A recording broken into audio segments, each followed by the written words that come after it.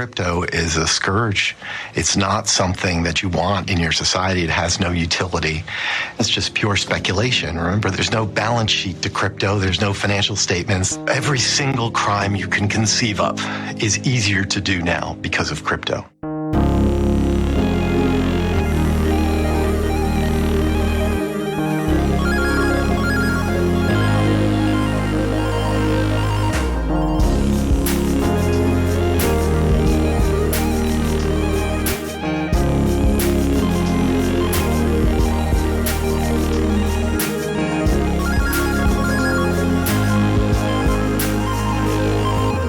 Welcome into This Week in Bitcoin, episode 39. My name is Chris. Can you believe we hit 100,000 just like what seemed like moments after I published the episode? I guess you'd probably assume I'd be over the moon about it, that I'd be so thrilled and that's what we'd be talking about today. But no, I'm actually feeling quite salty. It seems that Bitcoin hitting 100,000 has really triggered some folks. I don't think I can overstate this enough to you. There's really no way I can express just how stupid this week has been, and just so immensely frustrating it has been going through all of this. New rounds of attacks from people who speak with such authority, designed to get their way into normies' brains and make all the no-coiners even bigger skeptics than they already are. Some of whom we'll be seeing at the holidays, no doubt. I mean, it really is incredible. The 180 pivot in Bitcoin coverage, it has gone to total crap since 100,000. Everybody is getting triggered, and the gold bugs seem to be some of the most triggered out there. Peter Schiff posted on X, quote, "Bitcoin has become a national security threat. It was one thing when private citizens voluntarily waste their own money buying Bitcoin, but it crosses the line when they bribe government officials to squander the public's money buying it. Bitcoin is now public enemy number one." And of course, what really has him upset is that clip I played last week when the Fed chair said that Bitcoin was digital gold. That's got him all worked up. He's completely wrong.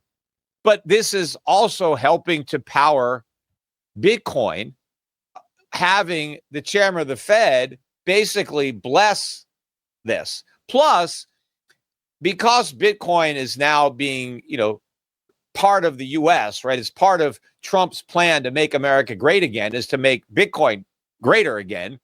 And now we're trying to marry the U.S. to Bitcoin. This is another irony of Bitcoin because... it's so crazy. I'll let him go a little bit more. But what's so funny is everything Schiff says generally you could just replace with gold. So when the U.S. set up a strategic reserve of gold, were they marrying themselves to gold? Right? And also, I think the reason why Peter is triggered by Jerome Powell saying that Bitcoin is digital gold is because it does matter. Initially, people said, the dollar is going to go down, same as me, right? Dollar inflation, budget deficits. People. You mean people like Peter Schiff who've been saying this for 25 years? We're going to keep printing dollars. Bitcoin is an alternative to the dollar. You need to buy Bitcoin because the dollar is going to go down. See, he's got it. He's figured it out. Now they're saying that Bitcoin is the salvation of the dollar. You don't have to worry about the dollar anymore because it's going to be backed by Bitcoin. So we're going to buy all this Bitcoin in a strategic reserve, and that's going to strengthen the dollar. He gets so upset, and he's just missing part of the picture. Really, he should be listening to This Week in Bitcoin, because last week I explained that it's really about stable coins and the fact that they are going to become big old T-bill buyers. That's really why when Bitcoin pumps, Tether and stablecoins pump, crypto pumps, they buy T-bills. That backs the dollar. Peter's just missing that piece. He attacks and he attacks, but he never just takes a breath. He never just thinks about it. But I think the most disappointing, hyperbolic coverage this week was a very notable pivot from the MSNBC network. They have gone all in on attacking Bitcoin. It has become their new obsession. Multiple I'm not going to play all of the clips, but I've got a couple of choice clips for you. They're really going all in on this. And again, it's super bad. So this is Chris Hayes from MSNBC. He's trying to frame the strategic Bitcoin reserve proposal as a bailout for rich crypto bag holders. So for very understandable reasons, Democrats and Democratic regulators have worked hard to keep crypto, which has been supremely volatile, blocked off from the rest of financial systems, so that if it crashes, it doesn't bring the entire U.S. economy down with it. Let's stop here. So first of all, I think one of the things that we're going to probably see as a theme in this episode is all of us, like dogs, have been trained every time the door rings, every time somebody says volatility, we get scared. We all have it ingrained into us that volatility is inherently bad. Now, Bitcoiners realize that you don't get gains without volatility. Volatility is life. In fact, if you go to the SEC's website and they have all these different things on there of what makes a scam, what is a financial scam, what's a Ponzi scheme, what's a pyramid scheme, one of the recurring factors for Ponzi schemes and pyramid schemes is that the asset continues to appreciate in a stable rate regardless of how the rest of the market is performing. You see, if Bitcoin were to go just sort of straight up forever, regardless of how the market is performing, that would be indicative of manipulation and a scam. Its volatility is because it's an open market that trades 24/7 around the world, and you can cash it out on your phone in just seconds while you're taking a leak. Literally. I have been driving up to a taco stand and transferred sats into a cash card in like 30 seconds and then bought the taco with a debit card. So it's very liquid. So that's why it can be volatile. And of course, it's a worldwide market. Volatility is not necessarily bad. But then he also makes the claim in just 14 seconds. He's made mistake number two. He's made two mistakes. Mistake number two is that it's been isolated from the financial industry. It's been completely walled off until now. Is he not aware that BlackRock alone has 50 billion assets under management in their Bitcoin ETF? Hello? Are you not aware of the massive play that all of BlackRock and these different ETF holders and companies like MicroStrategies and Mara and many others that are putting Bitcoin on their balance sheet? He doesn't know about any of this. So this like wall is just made it up. It's just something he thinks exists because he thinks he's been following crypto for a decade and he thinks he's an expert. I'm not exaggerating. He actually says this later in the clip. He actually thinks he knows this stuff. A bailout. Some rich people holding a lot of crypto disagree with that strategy. They want a bailout, implicit or explicit, if the house of cards comes crashing down. To that end, after Republicans took back the Senate with the help of money from the crypto industry, they now have a plan to return the favor. And I want you to listen to this part because no one's really talking about this, but the elements of the plot are just there in plain sight. So before we continue on, his claim is that the crypto industry hired all of these Republicans to execute their secret plans to give them a bailout. Never mind the fact that it was the Ripple CEO who was behind Fairshake, and he gave a lot. In fact, I think he gave more money to Kamala than any other candidate alone. And other Democrats as well received money from Fairshake. It wasn't just Republicans. And that happened because they were under attack. Ripple CEO Brad Garlinghouse says the SEC's approach was the main reason his company and two others created the biggest industry super PAC called Fairshake. People are like, why did these companies come together and organize and say, this matters? And it's a reaction to a war on crypto. So if there had been a different SEC chair than Gary Gensler? I'm not sure Fairshake would exist. Really? Absolutely. So the crypto lobby was a natural reaction to the attack that was orchestrated by the Biden administration, the SEC, Elizabeth Warren, people at the FCC. It was a response, not some like plan to get a crypto bag bailout. But this is how I don't know why, I don't know what his motivation is, but that's how he tries to cast this. Industry. They now have a plan to return the favor. And I want you to listen to this part because no one's really talking about this, but the elements of the plot are just there in plain sight. He's the only one that's figured it out, though. The elements are all there, but just for some reason, nobody but Chris Hayes has figured it out. Senate Republicans are working on a bill that would transfer billions and billions of dollars of money from the U.S. government, from taxpayers, and hand it over to a handful of big crypto holders. I don't know why he keeps saying this. This is like a key point of his argument that it's a handful of big crypto holders, just a few rich people. He'll even do some name drops.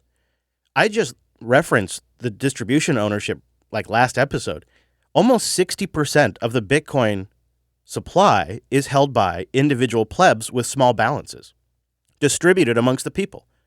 Because for 14 years or so, we screamed at the top of our lungs how awesome Bitcoin was, and nobody listened. And so we just continued to stack. More Bitcoin has been lost than is in the bags of BlackRock or Michael Saylor, right? The next biggest bag holder to the people is governments, world governments. So actually, he's completely backwards. It's actually a bailout, if you're going to put it in these terms, to the people. 60% goes to the people. The next biggest bag holder is world governments, the very institutions this man worships. Are just there in plain sight. Senate Republicans are working on a bill that would transfer billions and billions of dollars of money from the U.S. government, from taxpayers, and hand it over to a handful of big crypto holders. We got a president for President Donald Trump. Here it is. This is the Bitcoin Reserve Bill in the Senate of the United States to establish a Bitcoin Strategic Reserve, a network of secure storage vaults, purchase program, and other programs to ensure the transparent management of Bitcoin holdings of the federal government. Geez, that actually sounds pretty good. Transparent holdings even. I have no idea if we have transparent holdings on their gold right now. Yes, the Bitcoin Act from Republican Senator Cynthia Lummis of Wyoming. It would establish a Federal Reserve of Bitcoin. It's truly one of the most audacious schemes I've ever seen in Congress. Well, that's not true. It doesn't establish a Federal Reserve. Here's why. Rich folks who own a lot of crypto have... Again, he does this. Rich folks who own a lot of crypto. Some people who are rich, they saw the way the winds were blowing, right? Like some of these people that are rich are good at sussing out markets. They're good at sussing out things of value. They're good at figuring out what might be successful. That's why they're rich. So when something comes along, like take Jack Dorsey, for example, he bought up a bunch of Bitcoin at like nothing, right? He's got God knows how much Bitcoin because unlike me, he realized the value early on. See, I didn't. I held hundreds of Bitcoin at one point, hundreds. And I blew nearly all of it because I was trying to make it the next PayPal. I thought we had to spend it to make it the next PayPal. That was silly. But others who are savvy, who were more financially literate at the time, they recognized what it could be, and they were either rich then or became rich. So I just don't understand his logic here, why he has to keep doing this. Again, 60% of the supply is held by the plebs. Truly one of the most audacious schemes I've ever seen in Congress. Here's why. Rich folks who own a lot of crypto have a problem, right? Cryptocurrency, Bitcoin in particular, is a very valuable asset. Single Bitcoin worth over 100 grand. Okay, so note how he acknowledges that a single Bitcoin is very valuable. Some very, very wealthy people own hundreds of millions or even billions of dollars worth of Bitcoin. David Sachs, for instance, has a lot of crypto. You know what else David Sachs has a lot of? Real estate. You know what else he has a lot of? Staff. That's things rich people buy. They have these things. That said, it's not a liquid asset like cash that you can easily spend or invest or use for practical purposes. It's not a liquid asset, the guy says. I could sell $1 million worth of Bitcoin while I'm listening to his dumbass tell me it's not a liquid asset. You want to sell a house? Okay, well, that's going to take you months if you're lucky. Go fix it up. You want to sell an apartment building? That's going to take you a year. You want to sell a piece of land, and I know this because I have family that has land that's been for sale for 2 years. It could sit there for years, and they're increasing your taxes. It continues to cost you money. You have to maintain the property. It's ridiculous. It's the most liquid asset we have, and it trades 24/7.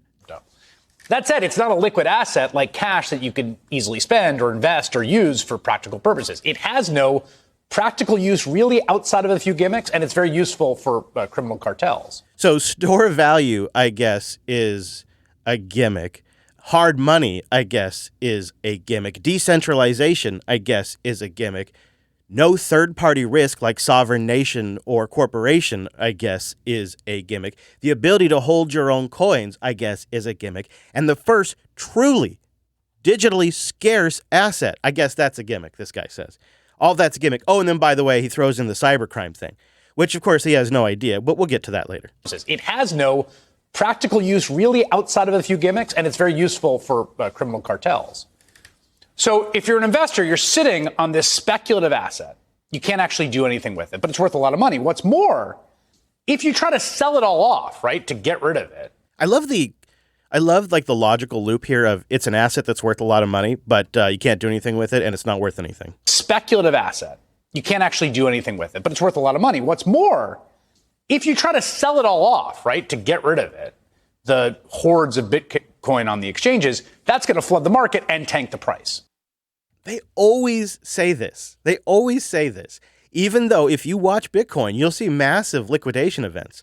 Since January of 2024, there has been $277 billion of long-term holder sell-side volume, while the price has still increased 100%.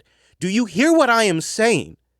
People have sold nearly $300 billion worth of long-term coins, just long-term coins. And the price still went up 100%. This conclusively debunks that claim. Large sellers have been flooding the market. That's what Bitcoin miners have been doing to stay afloat after the halving. Nearly $300 billion worth of long-term holders have sold just since January. Do you hear this? This disproves this completely. The price continued to appreciate 100%, even during a Fed tightening cycle. Okay? None of this actually checks out. Speculative asset. You can't actually do anything with it, but it's worth a lot of money. What's more, if you try to sell it all off, right, to get rid of it, the hordes of Bitcoin on the exchanges, that's going to flood the market and tank the price. God, I wish. Please do. I would love some cheap Bitcoin. So what's the solution? They're going to sell it to the U.S. government. Over 5 years, the United States will assemble 1 million Bitcoin, 5% of the world's supply. And it will be held for a minimum of 20 years and can be used for one purpose: reduce our debt.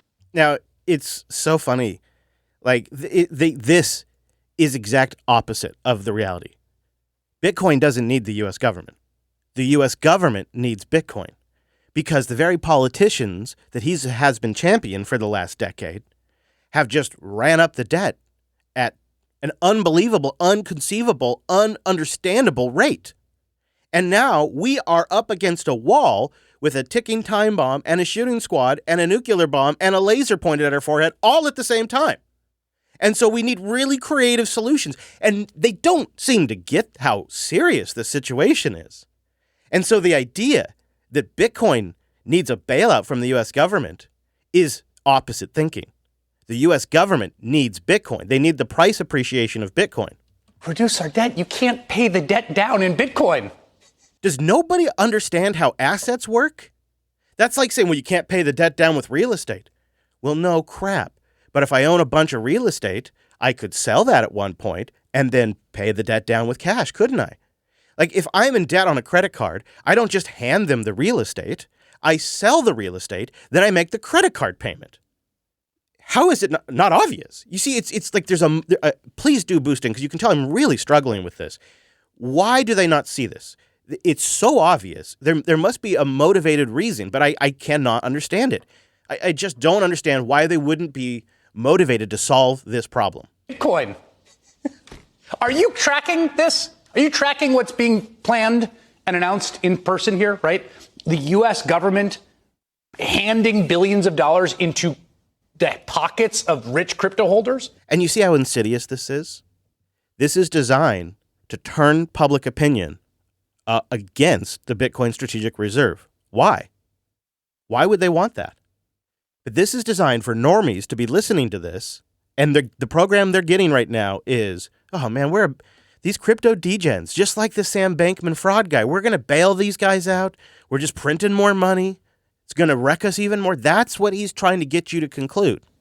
The plan is that the Bitcoin Act would have the government sell off some of its gold reserves, the stuff from Fort Knox, and use the money to buy 1 billion Bitcoin. At current market value, that would cost $100 billion. Now, the actual price would likely be much higher because that market value would almost certainly rise as a result when a new buyer enters the market and boosts the price of the asset the buyer is now legally obligated to buy. Sounds like they're going to get a great return. This is an enormous heist. They're just backing the truck up to the government in front of all of us. This is so wild. You know, literally, while we're sending hundreds of billions of dollars to Ukraine, when that war has no way of wrapping up in anything else than a stalemate, where nobody's happy, right? We're spending untold amounts on Ukraine. And this guy claims this is backing up the truck. This has got to be motivated reasoning. It's the only thing I can conclude because it's so opposite thinking. A massive bailout to the crypto world. The opportunity to turn a speculative asset into real cash on your dime. And presumably David Sachs, as the crypto czar, will help usher that plan through.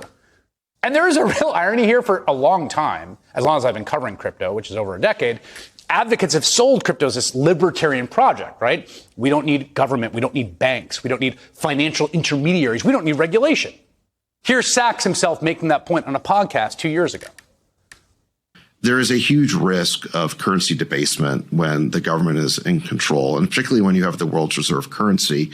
There's just such an enormous temptation to print money to finance your budget and to rack up loans that become unpayable. What Bitcoin offers is a different kind of currency where it's not backed by a government, it's backed by math, it's backed by encryption. And so you don't have to trust the government.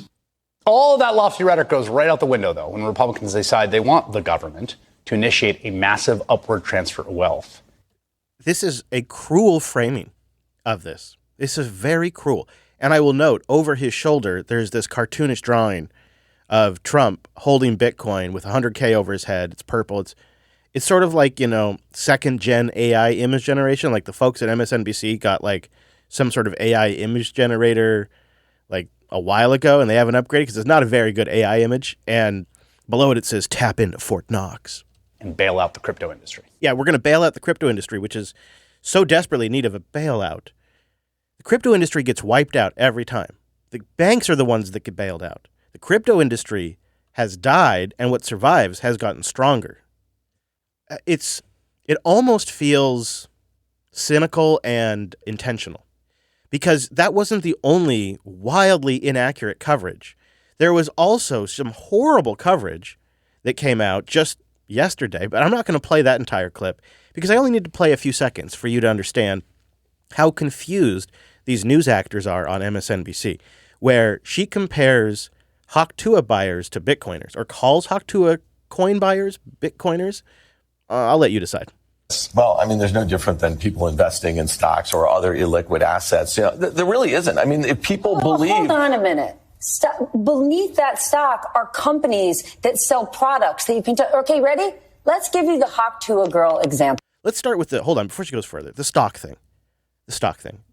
Stocks, to me, are way riskier than Bitcoin because there's a company underneath them, a company that makes mistakes. There's a lot of third-party risk. I think MSTR is very interesting, but if Saylor dies, MSTR tanks. If something happens to Tim Cook, Apple stock tanks. If Apple keeps releasing crappy products and doesn't figure out the AI stuff, their stock does poorly, right? There's a lot of third-party risk with stocks, but they don't even see that. Companies that sell products that you can... Okay, ready? Let's give you the Haktua girl example, okay? Yeah. A drunk girl outside a bar who becomes famous for a lewd comment, more power to her. Okay. She then launches a coin, is dishonest publicly about action around that coin, the value sinks, and now all these Bitcoin investors want this. If that isn't like peak subprime... Now all these Bitcoin investors are out. If that isn't peak subprime, and then he says, "Well, the problem is it needs to be regulated harder." It makes me think I'm watching. It makes me think it's unregulated. So that's the point. She called the Haktua coin purchasers Bitcoiners. They don't know what they're talking about. It's embarrassing. Now let's get back to the cybercrime thing, because this has all been landing within the last few days. Since the last episode, 60 Minutes held a piece on Bitcoin. And they brought on former SEC official John Reed Stark. And he tells 60 Minutes that Bitcoin makes the most horrific crimes in the world easier. And it's just, I played a little bit in the intro. Here's the expanded version of the clip. Crypto is a scourge. It's not something that you want in your society. It has no utility. It's just pure speculation. Remember, there's no balance sheet to crypto. There's no financial statements. You're talking about SEC filings. There's no balance sheet to crypto. Isn't that funny? Isn't that funny? Because the core of what a blockchain is a distributed balance sheet and a ledger. There's no public disclosure mandate. Exactly. Yeah. Like all open source projects. You know what else has no public disclosure mandate? Linux. Nothing, but also there's no audit, inspection, examination, net capital requirements. It's open. It's audited constantly, every 10 minutes. No licensure of the individuals involved. Oh, no, they don't get licensed? You mean they have access to money and finance and banking without somebody's permission? Oh, God. And there's no transparency into it. The entire thing is transparent. That creates real systemic risks, not just risk for investors. But the other part that people don't really talk about enough are the dire externalities that are enabled by crypto. What do you mean? Well, like the middle class, they're like pulling themselves out of poverty, and they're protecting themselves against inflation, and they're building generational wealth after we destroyed their small businesses during COVID. What's that? That's not what he means? Every single crime you can conceive of is easier to do now because of crypto, especially ransomware, human sex trafficking, sanctions evasion, money laundering. North Korea is financing their nuclear weapons program using crypto. All right, here we go again with this. And they always drop in, somebody's financing a weapons program. I've linked to data before. According to data that we have this most recent from 2023, the volume of illicit crypto transactions in 2023 showed a significant decrease compared to the previous year. This is according to Chainalysis, who's paid by the federal government to report things that generally make crypto look bad. So this is coming from somebody who is typically financially incentivized to make this look as bad as possible. They're saying their blockchain analytics reported that the global activity in 2023 declined $15 billion lower than in 2022. Here's the key findings. Illicit transactions made up only 0.34% of the total on-chain transaction volume for 2023. 0.34%. It's estimated the total value received by illicit cryptocurrency addresses was $24.2 billion, which is down from, it used to be 39 the year before. Transactions involving sanctioned entities accounted for $14.9 billion, representing 61.5% of all the illicit transactions. So sanctioned entities, 61.5% of that $24 billion. Crypto scams and, ransomware was 29.2% and 54.3% retrospective. So ransomware was the largest portion of that.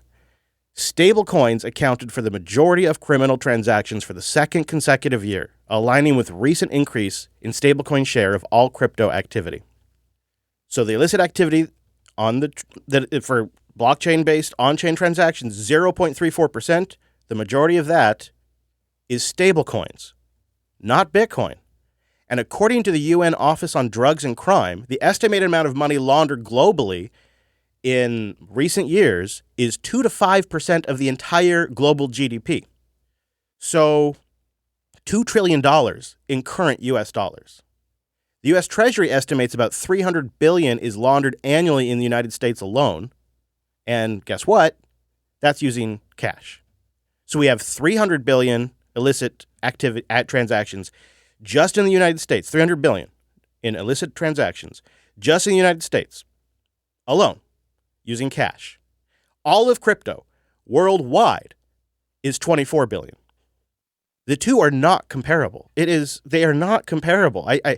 The open nature of the blockchain, especially Bitcoin, makes it a horrible place to do illegal activity. It's just the reality of it. Oh, told you I was salty.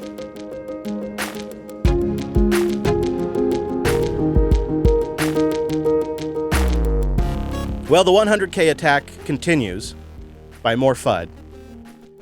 I've played a clip of Tucker Carlson being a complete moron about Bitcoin before, and he continues to try to find everybody he can to say negative things about Bitcoin and doesn't talk to anybody these days that has anything actually intellectually positive or accurate to say about Bitcoin. Tucker Carlson this week released a chat with Roger Ver. I talked about Roger Ver in episode 6 of This Week in Bitcoin. The episode was titled Debunking Big Blocker Alternative History. Roger Ver has a series of conspiracy theories. He believes the CIA intervened to sabotage the block wars to make Bitcoin stay with small blocks so that way you couldn't use it to buy your coffee. He claims exposing this put him into jail, and he's facing 20 years in federal prison, but not because he exposed the CIA's plans to sabotage Bitcoin. It's because he underreported the value of his personal Bitcoin holdings and those of his companies when he renounced his U.S. citizenship in 2014. He left the country, he exited, he likely underreported the value of his Bitcoin holdings. At least according to the IRS, they have multiple counts. Each one of them put together adds up to 20 years he's facing in federal prison. Charges of mail fraud, tax evasion, and of course, filing false tax returns. Now, I look at some of these laws and some of this stuff, it really feels pretty shitty. Like the exit tax stuff, I don't really have any kind of judgment on that. But I do think Roger is a very, very bad source on Bitcoin history, and it's an incredible disservice to put his wacko conspiracy theories out on blast. I'll give you an example of kind of like associative reasoning that Roger employs all the time to make a point. And I remember it was in June of 2011, and in the course of 2, maybe 3 weeks, the price of Bitcoin went from around $3 a Bitcoin to $30 a Bitcoin. And that was the first time in the history of Bitcoin up to that point in which it started to get some worldwide media attention. Yeah, what do we all know? When the price goes up, it's the best marketing in the world for Bitcoin. It gets attention. And what an interesting thing happened. So the main discussion forum where everybody up to that point was talking about Bitcoin was a website called bitcointalk.org. And suddenly when it was getting some media attention around the world and international newspapers, this forum that had worked wonderfully up to that point where people could discuss things became flooded with bots, just posting comments that were just, fluff and made literally, they DDoSed the forum to the point that it was unusable. And anybody that came there because they heard about Bitcoin in the media that week, they weren't able to learn about it because there's just so many posts saying, buy, sell, oh no, and just saying nothing of any substance whatsoever. He makes two different points here that would seem to argue against themselves, but yet he makes peace with it. Number one, price went up. It brought a bunch of attention in. A bunch of newbies came into the forum and started posting a bunch of dumb questions. I was a member of the Bitcoin Talk forum. If I recall, it was based on PHP-BB. I ran PHP-BB instances too. It would only take 5, 6, 7,000 people visiting the forum to overwhelm a PHP-BB instance. It doesn't need to be a bunch of bots. There's no evidence that it was a bunch of bots. That's Roger's supposition, but he talks about it like it's fact. It could have just been that people were discovering Bitcoin. That was one of the most popular places until Reddit came along to talk about Bitcoin in the early days, and people started going in there and wanting to figure it out or trolling or whatever it was. It doesn't necessarily have to be bots. But you find a lot of times when people are on the losing side of an argument, they'll claim that the reason that they lost the argument is because they were going to win, but they were overwhelmed by all of the bots. It was all of the bots. And if you believe that somebody orchestrated a bunch of bots to attack a PHP-BB forum, and you believe that to be a true fact, well, then that could lead to all other kinds of conclusions. So somebody out there literally made the forum unusable as early as 2011.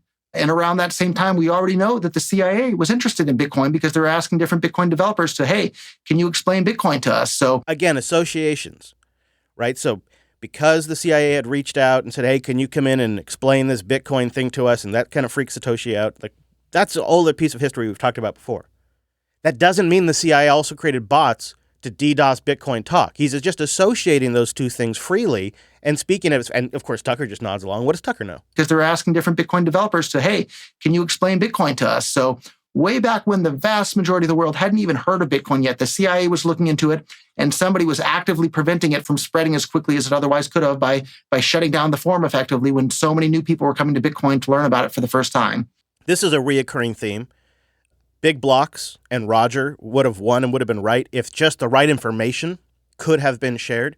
And this is Roger's core attack against Bitcoin, essentially in a single clip. I'm going to save you from watching the hour-long or whatever it is thing.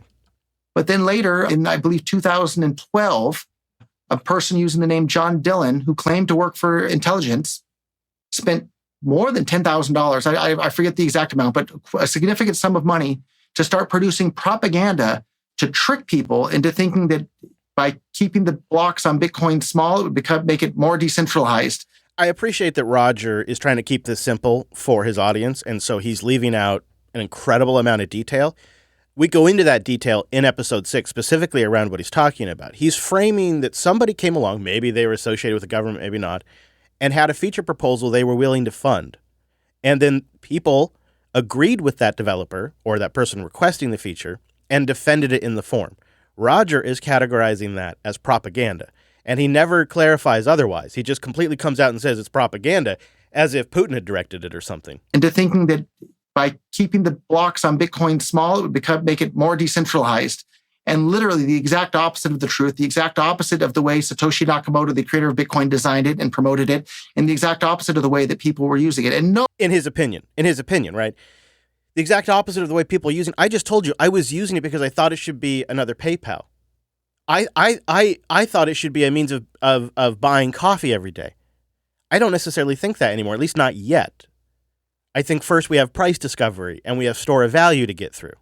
It's a natural evolution of an asset. We have normal phases we have to get through before we can buy coffee with it. The logic is simple. I can't buy a cup of coffee unless we all agree, kind of universally, for a fairly solid period of time, how much each sat is worth. Because I can't buy coffee in one shop for 1,000 sats and buy it in another shop for 2,000 sats and buy another shop for 10,000 sats and another shop for 800 sats. It just doesn't make sense, right? We don't know how to price the cup of coffee right now. We're in the price discovery phase, probably, maybe, for the rest of our lives, at least mine. Roger just ignores all of that and claims that Bitcoin was ready from day one to be used as a daily purchase mechanism, which is kind of silly for something that's limited to 21 million coins, in my opinion. And everybody knew that, according to Roger. Everybody knew that. That was just common knowledge, according to Roger. The exact opposite of the way Satoshi Nakamoto, the creator of Bitcoin, designed it, and in his opinion, and promoted it, and the exact opposite of the way that people were using it. And nobody believed the propaganda initially. What's so funny is, as time goes on, Roger's kind of naturally been proven wrong, but still refuses to admit it, right? Because layer 2 solutions have come along, like Lightning, that act like when you boost. I've bought my breakfast and my lunch in El Salvador using the Lightning Network, right? And it's an immediate settlement. It's fantastic. Doesn't matter what the block size is. So there's that whole element that Roger just ignores. But the other thing that's kind of proving Roger wrong over time, and I hear it from you, is as the blockchain size grows, it gets harder and harder for us to store it on reasonably priced machines. And we're already kind of outgrowing the Raspberry Pis of the world. And that's with small blocks, quote unquote. And it's already pricing people out. It's kind of hard to build a good node without, I'd say, at least 2 terabytes of storage these days. You probably want a few cores. I'd probably put 32 gigs of RAM in there. And that's with the small blocks winning. And it's showing you that as it grows, it is pricing people out. And when you price people out, there will be fewer nodes on the network. The network becomes naturally less decentralized. There is an obvious trade-off there. Thankfully, we're not there. Hard drive prices are pretty reasonable in comparison. 2 terabytes isn't horribly expensive. A few cores and some RAM, you can put a machine that's a few years old still. So we're still in a pretty good spot. But that's because of decisions that were made a decade ago. And if we had gone the direction Roger wanted to go, you'd need to be like an Ethereum node these days to run Bitcoin. But then later, this giant wave of censorship took place. Anonymous people that nobody knows their real names managed to get control of all the main discussion platforms. So this again goes back to Roger's thesis that his extremely good idea, that was also Satoshi's extremely good idea, that is truly the winning idea, would have won if not for information suppression, which of course is a narrative that Tucker loves because censorship is a big topic politically right now. However, you could also argue that perhaps their case just wasn't well articulated. Other people articulated a better case, and substantially, I have to say, I substantially remember big companies like The biggest companies in Bitcoin were behind Roger. I remember most of the quote unquote propaganda being pro big block. That's my recollection, right? So this just doesn't jive with the history that I remember, but I don't go around like claiming it's absolute fact. And I certainly don't do it on a platform like Tucker's. But then later, this giant wave of censorship took place. Anonymous people that nobody knows their real names managed to get control of all the main discussion platforms for Bitcoin. And then suddenly, one day overnight, nobody was even allowed to advocate for Bitcoin being used as money. And they censored anybody that tried to do that. And initially, everybody saw through it. But then everybody that came to Bitcoin after the censorship began, they just started believing it. All these folks who do hundreds of hours of research, who have to fundamentally learn what makes hard money, and then have to begin to understand what is so broken about a system as complex as the Federal Reserve, and just let alone our country and other countries where I can only speak to what I had to figure out. These people are capable of understanding this asset before BlackRock, before Wall Street, but they just weren't smart enough to find the data that Roger's referring to because censorship on BitcoinTalk.org. Censored anybody that tried to do that. And initially, everybody saw through it. But then everybody that came to Bitcoin after the censorship began, they just started believing it. And today, the main people that are out there promoting Bitcoin, they literally say, oh, Bitcoin shouldn't compete with the US dollar. Bitcoin, you shouldn't use it as money. You shouldn't use it to pay for things. Like Bitcoin is just a digital asset. You should just hold it. Is he basically taking what Saylor sometimes says and then just painting us all with that brush? And it's the exact opposite. They've through the censorship and the propaganda, they've literally hijacked Bitcoin. And I literally wrote an entire book about it. You can find more at hijackingbitcoin.com. It's available on Amazon and everywhere else. And lo and behold, just a couple of weeks after the book is published, I get arrested, and now I'm facing 109 years in federal prison for having exposed the way in which Bitcoin was hijacked. And you can think all day long that the new version of Bitcoin that people are promoting is better. Okay, but you can't admit that it wasn't hijacked. The new version of Bitcoin. Oh, I forgot about that part of the clip. Oh, he's really in his own world. And he says 190 years. The research I found said he's facing 20 years. I don't know which one is true. Oh, man. So there's that. And unfortunately, I just have nothing but negative things to say. I guess if you're new to the show, go check out episode 6. Oh, man, this is going to be a long one, you guys. I got so much more. Okay. So the other thing that everybody is freaking out about right as we hit 100,000 is that Google is going to crack Bitcoin with their new quantum chip, and Fox Business, CNBC, Bloomberg, they're all saying Bitcoin is doomed. Now you've got specific applications, scale, error rates, and time frame, but they also say, make no mistake, that they're on the path to actually being a threat to Bitcoin. How would this be a threat? Would it be a threat to the encryption? What happens here? Exactly. It's the encryption. We used to think that, a few days ago, we thought Satoshi had kind of locked, all the crypto wallets of the world, made them so secure, nobody could ever crack into these things. Just a few days ago, everything has changed now. But just a few days ago, we had this false sense of security that Satoshi had locked everything away, that everything was safe and secure. But then we woke up today and discovered Google has a quantum computing breakthrough. We used to think that, a few days ago, we thought Satoshi had kind of locked, all the crypto wallets of the world, made them so secure, nobody could ever crack into these things. I thought you guys are always telling me that people are cracking into these things and stealing people's money. And that's part of what powered Bitcoin to 100K. But oh, I love this too. You guys, you could tell I'm a little on edge. I've consumed a lot of media for the show this week, and one of the memes is, and that's kind of what got Bitcoin up to 100K.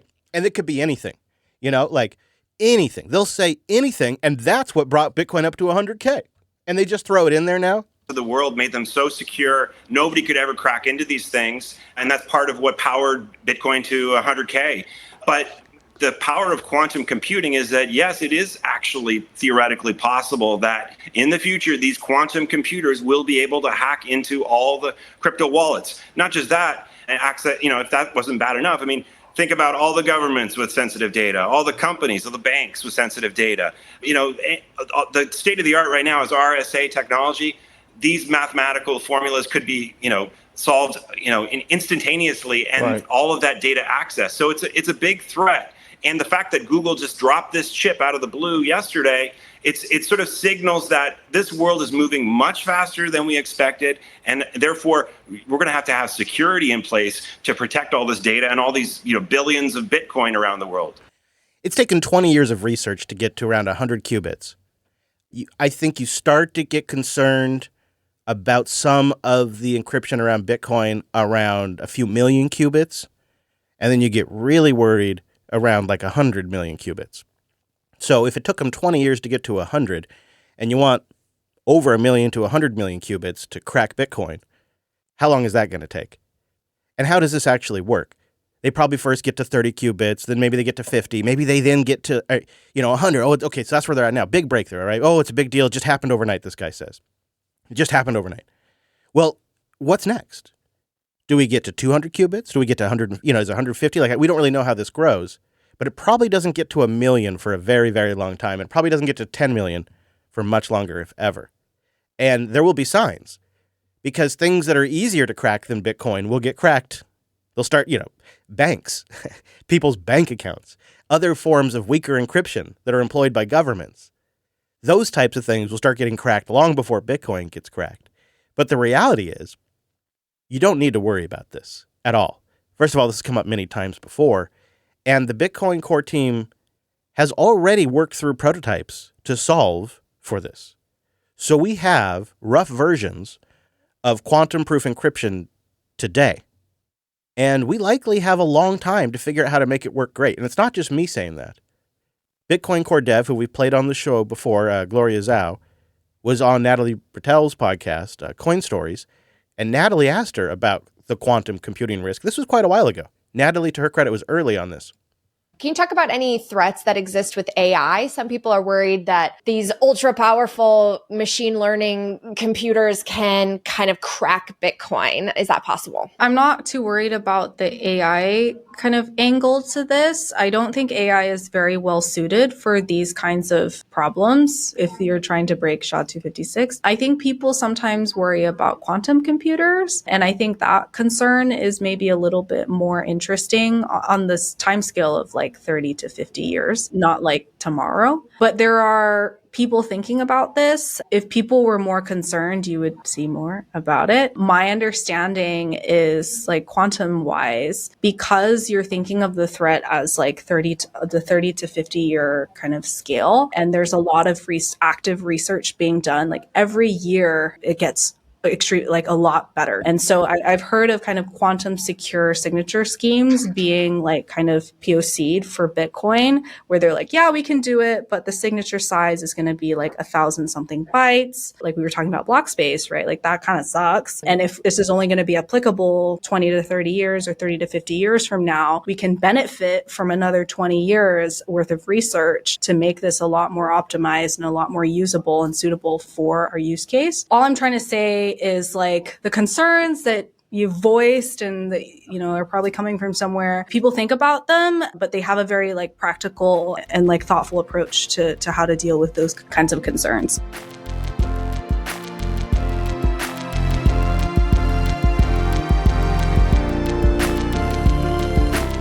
So you don't need to worry about it. Do not worry about it. I'll keep an eye on it for you. Also going down is the vote to hold Bitcoin. Microsoft shareholders voted against holding Bitcoin in their treasury for now. That's not a forever no, but Microsoft's board, as expected, opposed the proposal, and they cited the volatility as a key concern. The volatility, once again, noting that management, quote, already carefully considers this topic. The company reportedly holds $78.4 billion in cash right now. I don't think anybody was too surprised. I think Saylor's insight that it's going to be smaller tech companies that are already more volatile that are going to be the ones that adopt this stuff first. I've been around to watch Microsoft miss a lot of things that they then had to catch up in a very expensive way, and I think Bitcoin's going to be very similar. I watched Microsoft laugh at Netscape and then scramble to build Internet Explorer. And then I watched them scramble to try to build an ISP as AOL and CompuServe became big. Then I watched them completely miss the boat on smartphones. What was your first reaction when you saw that? $500 fully subsidized with a plan? I said, that is the most expensive phone in the world. That's Steve Ballmer's reaction to the iPhone. And I got to tell you, a $500 iPhone sounds real cheap right now.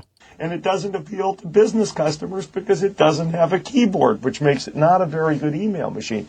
Now, it may sell very well or not. We have our strategy. We've got great Windows mobile devices. Okay. Right now, we're selling millions and millions and millions of phones a year. Apple is selling 0 phones a year.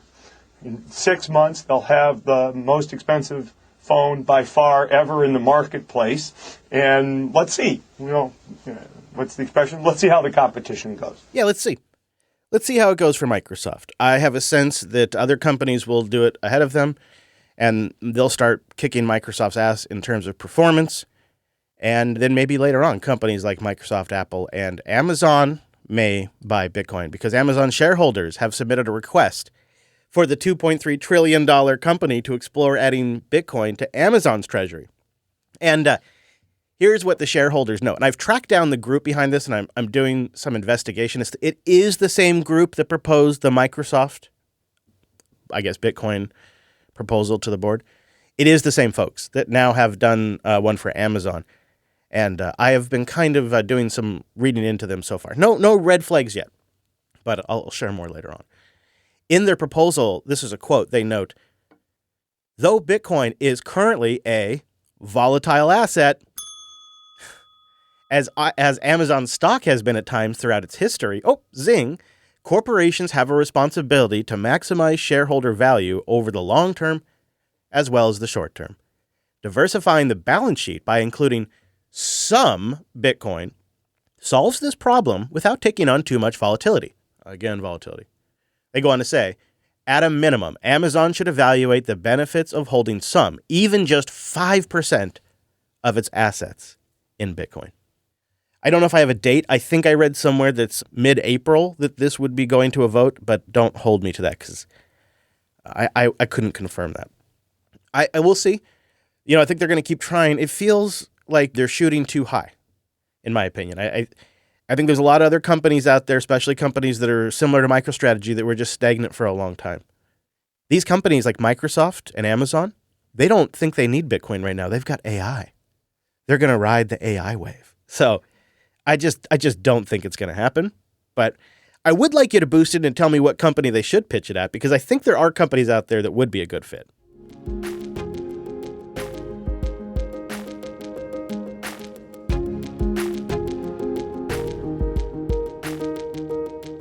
Well, full disclosure, we're going into overtime. We got a lot more show. And I want you to boost in. Tell me, are you gifting Bitcoin for the holidays at all? I was thinking after especially MSNBC has just really freaked out about Bitcoin. What can we do as individuals to try to keep Bitcoin apolitical? Because I just think that's a disservice. Bitcoin can benefit everyone. And I think maybe it is to gift Bitcoin to folks who weren't going to go buy it. Maybe gift a little bit. Maybe gift just enough, as much as you can afford to make it worth their holding it. Because it's amazing once you hold a little Bitcoin how your opinion starts to change. And we can give it to all types. So are you gifting Bitcoin or like a wallet or any Bitcoin related hardware? I mentioned last week that I'll be doing that. I'd like to hear what your plans are around that. Boost in and tell me. It's a good way to support the show and share with the community.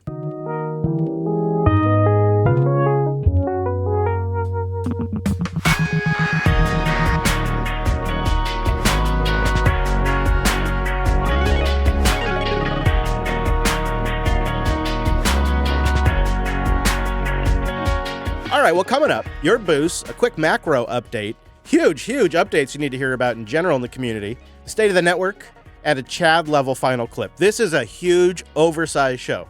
So, why not support the show? If you want to buy some sats, buy them on River from the U.S. It's the best way to stack sats in the U.S. If you use my referral code, when you buy Bitcoin, the show gets a little bit of a kickback. I think the Bitcoin Well is a great contender as well, especially if you're in Canada. They're a Canadian-based company. And they support a really slick automatic self-custody platform. So you can buy it, it goes right to your wallet. That's the Bitcoin Well. I have links to all of this at the top of the show notes.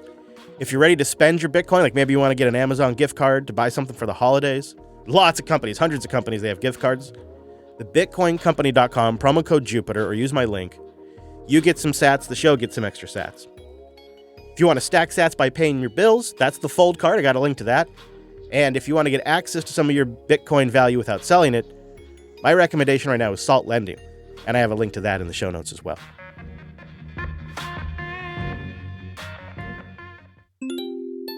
And we do have some Boost to get into. Thank you, everybody who supports the show by sending a Boost in it. Matters a heck of a lot. And now it is time for Le Boost. 4 and 7 boosts to go. And our first boost comes in from Trekar with 100,000 sats. Hey, rich lobster!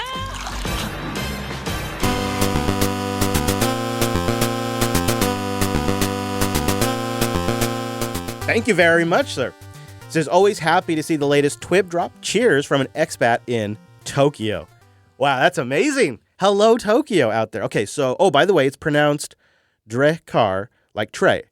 So I think maybe I got it. Oh, Trekar. So it's Trekar? I think I got close. You let me know. But I really appreciate that boost. That means a lot. This episode was an emotionally taxing episode. All the fun I had to go through. What I've shared with you is just like, some of the cream of the crop, let me tell you. So I really appreciate that baller boost. It sort of rejuvenated me when I saw that come in. I was like, okay, it has been worth the effort. Thank you very much. And it's so awesome to hear from Tokyo, too. I'd love to hear more about the Bitcoin scene out there if you ever want to boost in again. Appreciate it. Satsquatch comes in with 66,000 sats. The traders love the vol. I hoard that which your kind covets. Using Breeze. The thing I've always loved about Bitcoin is how the incentives of self-interest align to keep it running. I can't think of a scenario that permanently curtails Bitcoin's adoption that isn't eventually defeated by those same incentives. The way the incentive structure around Bitcoin works for Bitcoin holders, the miners, node operators, and now even folks like BlackRock, eventually the federal governments, it's a stunning, insightful. I guess what I'm trying to say is, it's so stunningly insightful. It's the thing that does make me wonder if Satoshi was multiple people. Because how could one person think not only, figure out bringing proof of work together with the time-based release and the increased difficulty, so you have the secured issuance schedule, with all of these incentive structures. It's mind-boggling that one person was so insightful. And the way the incentive structures all align throughout Bitcoin is either it's like somehow order came out of complexity in a way that's unforeseen and unpredictable, or it was intentional. And either way, it's incredible. And Satsquatch, I'm glad you gave me an opportunity to kind of wax on about that. And thank you for that generous boost, too. I really appreciate it. Chutoy is in with a big old 22,222 sats. This old duck still got it. Things are looking up for old McDuck. Chutoy says, thanks for all of the content. I'm a small business owner who offers a 3% match for a 401k plan for my employees. I've talked about Bitcoin with them, but they don't get it, and I'm not pushy. Is there a product or PR service that could help me set up a Bitcoin savings plan for my employees that I could then add match to, similar to the way I match our 401k plan? Ooh, what a cool idea. I've heard of this before, or other people kind of thinking about this. I in the past have thought about recommending Swan's products, but I think I'm pausing on that for a moment until I hear otherwise. I guess I would be interested in what River offers. I know they have IRA accounts and other types of offerings, and they do offer support for businesses. So I would probably start with River, and then if River doesn't have it, they could probably tell you who does. That's a great idea for a company. There's a lot of products out there for individuals to contribute to, like an IRA or something like that. But an employee match would be such a great perk. So please, Chutoy, if you figure that out, let me know. I would love to pass that on and maybe even consider it one day here at the humble Jupiter Broadcasting. Hey, Gene Bean's back. Oh, and thank you for the boost, Chutoy. Gene Bean's back with 3,559 sats. But that's not possible. Nothing can do that. Well, Gene can. First, you sent in a row of ducks to us. Have you read or listened to Broken Money by Lynn Alden? If so, thoughts? I'm listening now, and it's fascinating. Yeah, Gene Bean, that's one of the first books That's one of the first books that I recommended on the show. I think if you have a little time over the holiday and you haven't read Broken Money yet, I'm going to plus one Gene here. He says, I started listening last night and I heard you talk about how we're going to be bumping up 100,000 and get past it soon. And then I woke up and it was at 102,000. Woo-hoo-hoo! Yeah, Gene. Yeah, that was fun, wasn't it? You know how I found out? I looked down at the stupid widget on my phone and I'm like, 102? What? And that, like, this stupid widget that I've had for years, that it's always been like, yeah, I know. It's never been how I discovered what the price was for some reason, and except for this one moment. It's always kind of fun. And then, of course, like, you know, the wife and the kids start text messaging. Oh, Dad, I don't know. So cool. Like, yeah, all right. Brace. Probably won't stay forever. You know, that's always like, okay. Just prepare for pain, too. That is how it goes sometimes. This is the way. Isn't it? All right. Thank you, Gene. Nice to hear from you. Northern Hodl comes in with 2,121 sats. Everything's under control. Noscow time, 976. Booyah Boost. Did I get the Booyah Boost? No, but I do have... Because I'm the Wiz. So there you go. What happened to the Booyah Boost? You have to boost in and tell me. Banks are Ponzi schemes run by morons. Thank you for the boost. Chewy Mike comes in with a row of ducks. 2,222 sats and just says, boost! Thank you, Chatty Mike. Not so chatty, but always nice to hear from you. Tomato comes in with 9,001 sats. It's over 9,000. Oh, yeah, smack it. Trying again with the value message in the email. Oh, okay. What email? The contact form?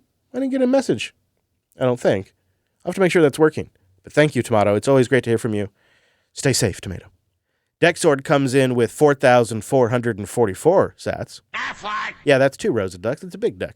Boosting because the last show hit a good sat mark, and I wanted to keep the momentum going. Oh, thank you. That is, as a creator, I think sometimes you worry with a value for value format that you exhaust the audience. But of course, like, you have to keep working. You want to keep working just as hard. So thank you very much for recognizing that.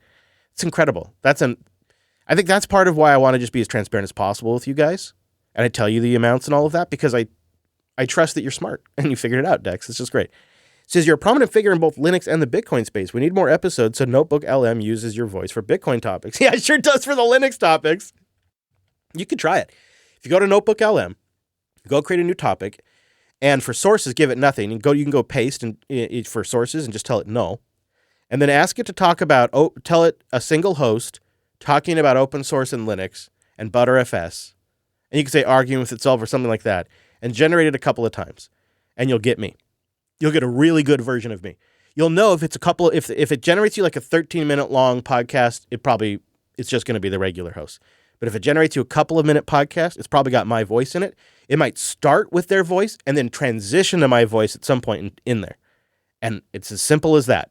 You can, and then if you really know what you're doing, like Wes does, you can get it to say anything.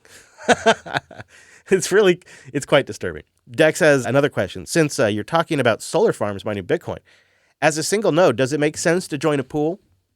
Yeah, I think so. I mean, I'd love to hear others' opinion on this, but I think then you get a little more consistent payout. You're not going to get a lot because it's going to be based on your contribution. So, you could argue that you're running it to help, secure the network. And if you win the lottery and get, a block, that's great, right? You get, every now and then you hear about these, single miners out there, these pleb miners that got like, one miner going and they make it somehow. It seems like it'd be nearly impossible because all the hash power in these pools, but I'd love to hear people's thoughts on it. I'd say yes, you probably want to join. If you're a single mining node, you probably want to join a pool, but I'd like to hear other people's thoughts on it. Nakamoto 6102 comes in with 4,000 sats. Incoming transmission. Thank you for the podcast. For 2025, answering my question, I'm bullish on Bitcoin, Nostr, and other open source freedom technologies. I'll tell you where I'm bullish on Nostr.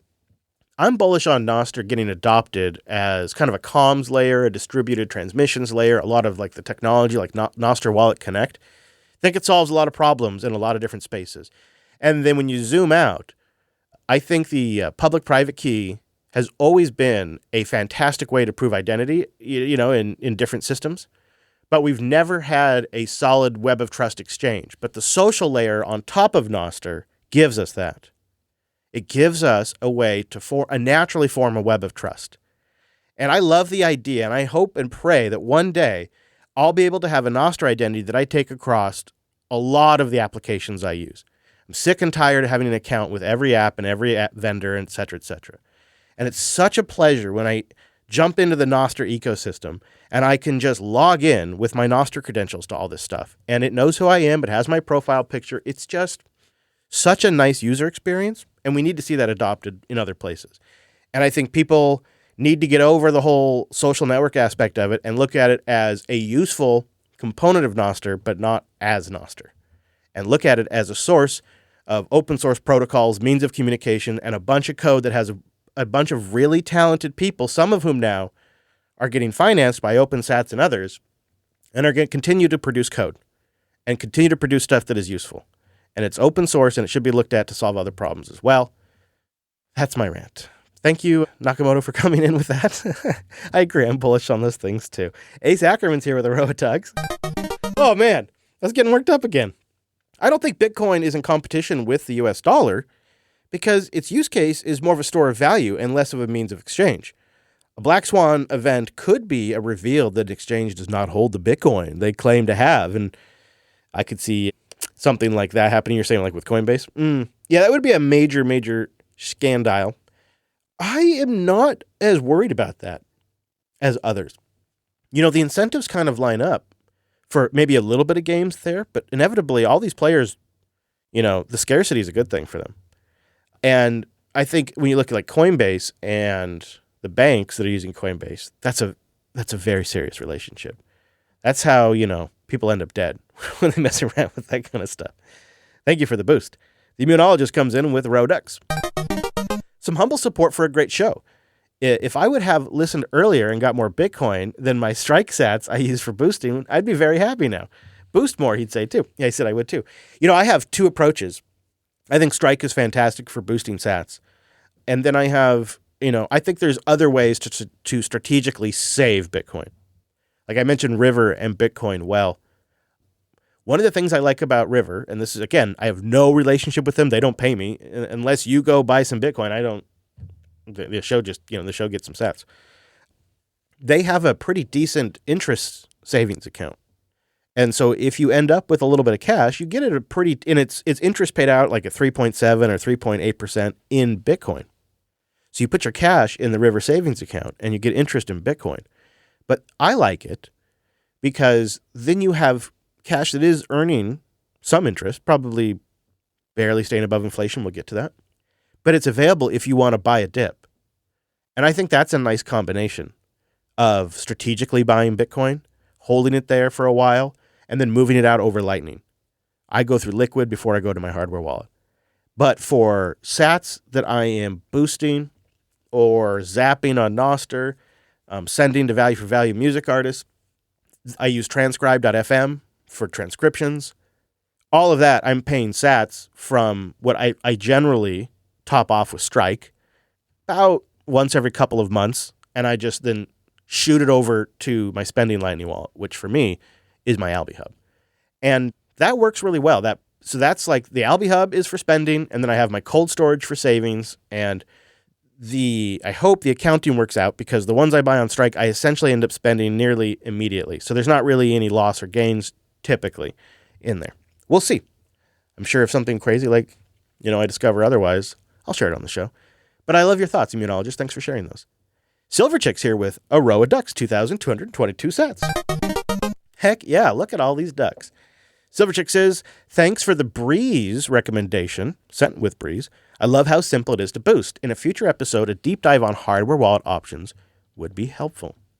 So I have a family member that's receiving the BitKey, and I'm going to help them set that up. That's the wallet from Block. And I own multiple cold cards. I'm looking for something in between there too. I think the cold card is still the gold standard, but you know, the feedback I've heard is that it's just a little intimidating to use. So I think I'm looking at BitKey and I'm going to be looking at others. So stay tuned. Thank you for the value. Appreciate that boost. And I'll try to return that value in a future episode. Adversary 17 comes in with 4,096 sats. Just pump the brakes right there. That's right. It's adversaries. Well, let's hear it, good buddy. Newbie Corner question, if you're still doing that. What is the difference between Bitcoin Core and Ethereum? Why would I run one over the other? If I run Bitcoin Core myself, should I also run Electrum server? Oof. Okay. I wonder if I should save that because this episode's really long. Well, Bitcoin Core is the Bitcoin Core software from the Bitcoin Core team. And Ethereum is, Electrum. I misread that. Electrum. That makes a lot more sense. Okay. I thought you were asking the difference between Bitcoin Core and Ethereum. And I was like, oh boy, how am I going to? Okay. Well, Electrum is a very popular Bitcoin wallet. And there are public nodes that you can run your own private node. You can go to electrum.org. And it's also like available on Start9 and it's available on Umbrel. And this can be like a back-end Electrum server that you can run on a server, and then a lot of clients talk or speak the Electrum protocols. I will try to do more on this in the future, but, the quick answer is you can run both. The long answer is they do different things. They serve kind of different purposes. You don't need, unless you know you need Electrum, don't run it. And then when you do need it, install it and start with Bitcoin Core. That's the short answer / longish answer. I hope that helps. Sorry I misunderstood at first, adversaries. It's always nice to hear from you. Shaka Ka is in with Roa Ducks. I was probably saying that wrong. Now, what could be a risk? Because I was asking you guys this. What could be a risk? And this is our last boost for the episode. You've been talking about how there is 14 million Bitcoin within the regular folks. I think it's 16 million. I know, it's somewhere in that range. It goes on to say, and there is the recent ECB report of redistribution of wealth. We do not know when the 14 million will be sold at. And as we see now, 1 year and Wall Street has bought up 1 million Bitcoin. What will happen in a few years? Will we still have 14 million hodlers out there? How will the distribution look like? What in my mind is the biggest threat to Bitcoin is that the maxis do not teach enough so that people now know why it's important to hold. Now we just have people that want the number to go up. And a redistribution of Bitcoin where the richest are going to buy is probably the best and only option. So the question you're essentially trying to pose, if I understand, is you're worried that the plebs that have been hodling for a while will start dumping as the price goes up, and then the banks will snatch all that up. Yeah, probably. Yeah, that's probably going to happen to a degree, but I don't think it happens at any one particular price point. Everybody has their price where they've made enough money and now they want to buy a house, or they need a new leg, or they want to buy an airplane, or, whatever. To me, I think there's a good cohort of Bitcoiners that may never sell, especially if you subscribe to my lend before you sell theory.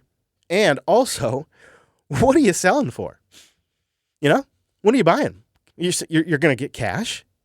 You're going to sell your precious, scarce asset that only goes up in value for something they can make an unlimited amount of that only goes down in value?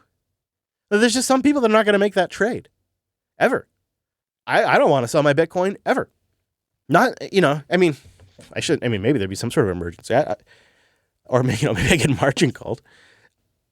And I'll tell you, if there's a big dip, I'm buying. Maybe I can't buy a lot anymore, but I'm never not buying because it's the form of savings. It's always going to be a form of savings, and fiat is always going to be debased. It is just a mathematical certainty. Inflation's still sticking around. The debt's horrible. It's math. But thank you for the boost, Chaka. Nice to hear from you, and thanks for those road ducks. Thank you, everybody who boosted in. That's all the boosts above the 2,000 sat cutoff, which we do for time. But we had 46 of you also stream sats as you listen. Collectively, you helped the show stack 82,790 sats. 82,790 sats from the streamers. When you combine that with the boosters, we had 63 unique participants in the Value for Value system. Thank you very much. Thousands of people will listen, but 63 of you made this episode possible. And together, we stacked 310,527 sats. Not too bad at all, especially after last week. And hopefully this episode will get some great support. If you'd like to boost the show, Fountain FM probably makes it super easy. But if you're even up for a modest challenge, investigate setting up AlbiHub. It's a real treat. And pretty soon, I have reason to believe it might just be possible to connect it to Fountain one day. Who knows? grapevine, things like that. But it could be worth, even if you're a Fountain user, playing around with little Alby Hub. Then you can connect on all kinds of great apps. You can find those at podcastapps.com. Or if you don't want to switch apps and you still want to boost, just get Breeze. B-R-E-E-Z. Top it off with some sats. It gets you going on the Lightning Network super easy, super fast. And it makes it... The only downside is this tiny, tiny, tiny boost window. It's like 100 and something characters. But it makes it... it's like 150 or something. But it makes it really easy to boost. You don't have to switch podcast apps. And it's a good little solid app as well.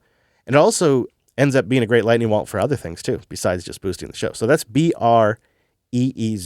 Thank you, everybody who boosts the pod. Really appreciate the support.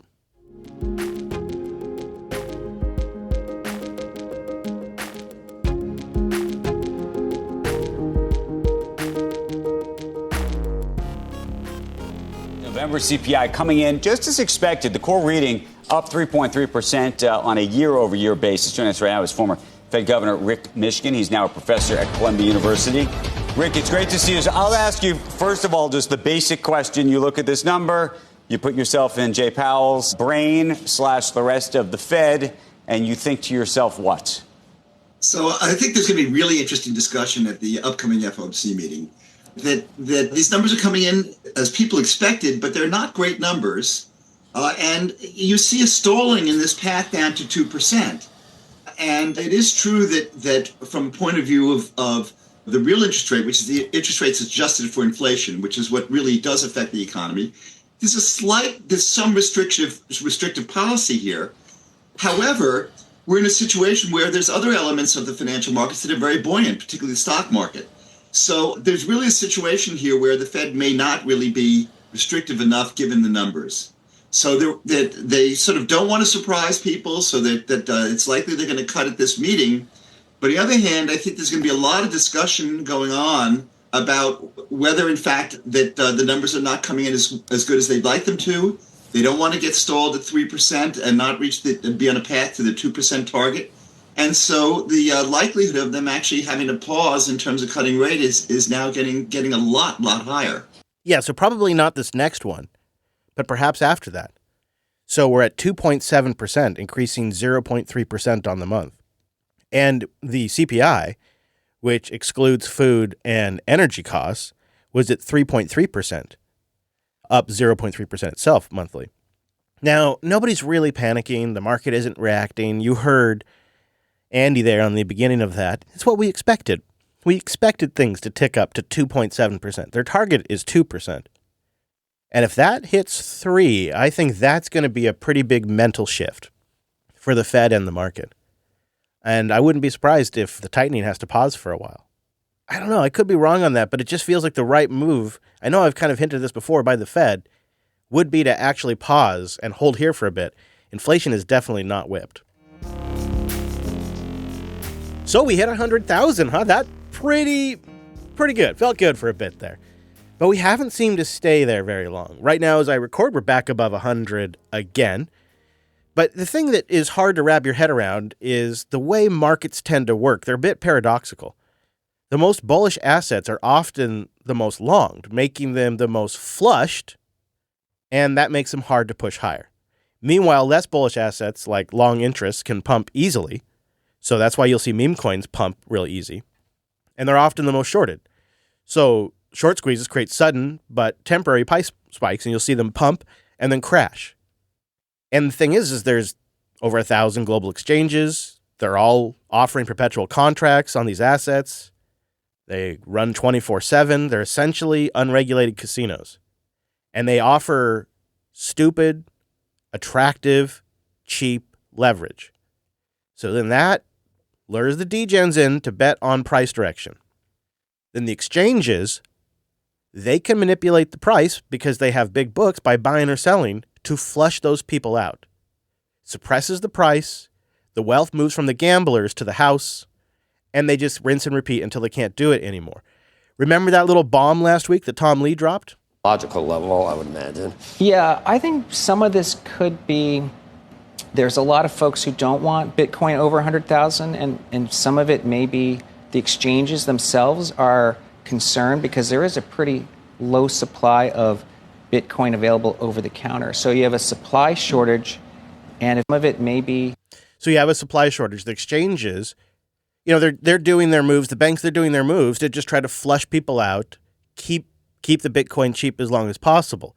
But what you're probably noticing, if you do follow the price, and you really shouldn't, is that the lows are getting higher. In other words, the price is not falling as far, and it's recovering faster, and that's getting shallower and shallower each time. And I think that seems to be where we're at right now. So it may be very soon that 100 does become the new floor. It's always hard to predict these kinds of things. Then again, anything could happen. We have a lot of updates to get to, and I need to keep moving, but these are too big to skip this week. Russia's MP has proposed a strategic Bitcoin reserve. Yes. Strategic Bitcoin reserve discussions have started in Russia. A new proposal to add Bitcoin to the country's national reserves has reportedly been made from a member of the New People Party. I'm not familiar with Russian politics. The initiative aims to find alternatives to traditional financial systems and increasing international pressures. And I wonder what you think this does to the likelihood that the U.S. gets a Bitcoin strategic reserve. If Russia starts to set one up, or even seems to be making motions to do so, does that increase or decrease the likelihood that the U.S. will do it? I'd like to know what you think. Boost that in. Also, I'll link to a Wasabi wallet vulnerability that allows malicious coordinators to de-anonymize CoinJoin users. It's a vulnerability in the Wasabi protocol that allows a malicious coordinator to de-anonymize coins. And it can link them, and so they know the inputs and the outputs, which compromises the privacy of CoinJoin. Users are urged to update their instances immediately. Wasabi Wallet 2.2.1.0 or earlier are affected, as well as Ginger Wallet 2.0.13 or earlier, and the BTC Pay CoinJoin plugin version 1.0.10.10 or earlier. In other words, time to patch your ass. And one little update for MicroStrategy. It seems very likely that MicroStrategy is going to join the NASDAQ 100 index, or the Qs, as people call it. Now, this is sort of interesting for Bitcoiners because it would mean the inclusion of Bitcoin, a Bitcoin strategy, in the NASDAQ 100, which that's an exchange-traded fund that just has requirements that a lot of different people have to buy into. It's an estimated 2.1 billion of MST shares would align with the index's weighing. This is coming from Eric Balhaus, or however you say his name. He says MSTR is likely to be added to the Qs on 12/23, with the announcement coming on 12/13. Moderna is likely to get the boot, and below is the best guess of the chances. And essentially, it's like 75-80%. Of course, I'm trying to read this Bloomberg terminal live, but it's the chances that MSTR gets added to the index, to the 100 NASDAQ index, is high and remarkable, and a huge win for MicroStrategy. Who knows what it means for MSTR stock, but it essentially means that the Bitcoin strategy is in the NASDAQ 100 now, which is really remarkable. So let's celebrate by playing a clip of Saylor. This is a big one, but this might be why the gold bugs are getting so triggered, and it is our final clip of the week from Mikey Saylor. What's really going to happen here, my strategy would be, and I really think it's evil genius strategy, right? If it's so good, right, that our enemies would hate us, but our allies would complain too, and the U.S. would make $100 trillion in a heartbeat, right? Here's the strategy. You dump gold, demonetize the entire gold network, you buy Bitcoin, you buy 5 million or 6 million Bitcoin, you monetize the Bitcoin network. All the capital in the world sitting in Siberian real estate or Chinese natural gas or every other currency derivative that's held as a long-term store of value, Europeans, Africans, South Americans, Asians, they all just dump their crappy property and their crappy capital assets and they buy Bitcoin. The price of Bitcoin goes to the moon. The U.S. is the big beneficiary. U.S. companies are the big beneficiary. And while you're doing that, you normalize and support digital currency. And you just define digital currency as the U.S. dollar backed by U.S. dollar equivalents in a regulated U.S. custodian that's audited. What happens next? $150 billion of stablecoin goes to $1 trillion, 2, 4, 8, and probably somewhere between 8 and 16 trillion dollars. And you create 10 to 20 trillion dollars of demand for US sovereign debt. And so you're like, while you're taking away a little bit of the demand because the capital asset of Bitcoin grows, you're adding back the demand to back the stable coin. Where does the digital currency goes? It replaces the CNY, the ruble. It replaces every African currency. It replaces every South American currency. It replaces the euro. I mean, if you really believe in US world reserve currency and US values, every single currency in the world will actually just merge into the US dollar if it was freely available. There isn't a stronger currency. No, there isn't. There's only currencies pegged to the dollar explicitly, like a DRAM or the CNY, literally pegged to the dollar explicitly. Then there's implicitly pegged to the dollar, like the euro. And then there's currencies collapsing against the dollar.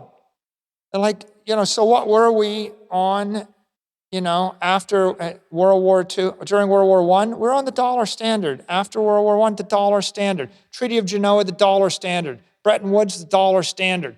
And it's like, we just discovered the dollar standard in 1971. We've been on the dollar standard since we financed World War I for the Brits, right? And we took over the world financial system since then.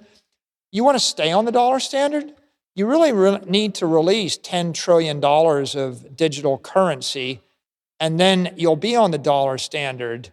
But what I just described basically replaces every currency in the world with the dollar, which the US controls, and it siphons off hundreds of trillions of dollars of 20th century capital assets and half of the capital in the rest of the world.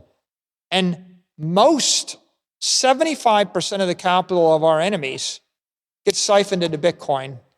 And the big beneficiary is the US government. And after that, every US company, because we're the ones that own and run it. Yeah. And so what I'm describing there, you can do for free. Snap your fingers. All you got to do is make the observation the gold failed as a money and a monetary network in the 16th century for the Spanish. You're not going to save it. Yeah.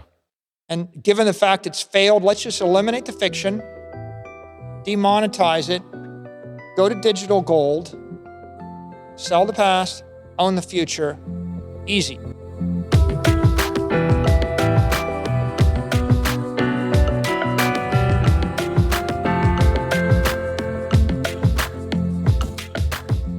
I know that was long, but I wanted to let him cook. I think that might be interesting to revisit in a couple of years. So will the state of the network. As I record, the Bitcoin price is at $100,660 US dollars. Sats per dollar is now under 1,000. 993 sats to $1 US dollar. We're up 4.6% since last episode. We're still down 3% from the all-time high, but I'm not complaining at all. There are 20,348 reachable nodes on the network right now. And this episode wrapped up at block height 874,287.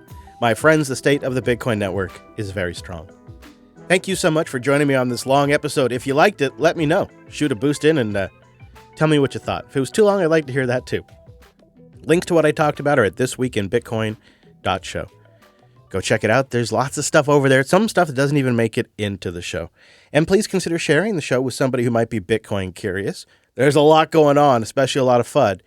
And the first half of this episode could be really helpful for them. Now, of course, I want to leave you with a value for value track. This one is from Theo Katzman. It's 5 Watt Rock. The 5 Watt Rock ain't too loud. It ain't too tough. It ain't too proud. It won't reach the back of a stadium. If you want to do that, you need a bigger kick drum. The 5 Watt Rock can still get down. Wake up the rock and draw a little crowd. And in that crowd, there's a special gal who thinks I'm alright. Cause I sing so well all the time. Got all that I need all the way up. Let it bleed, it's all that I know.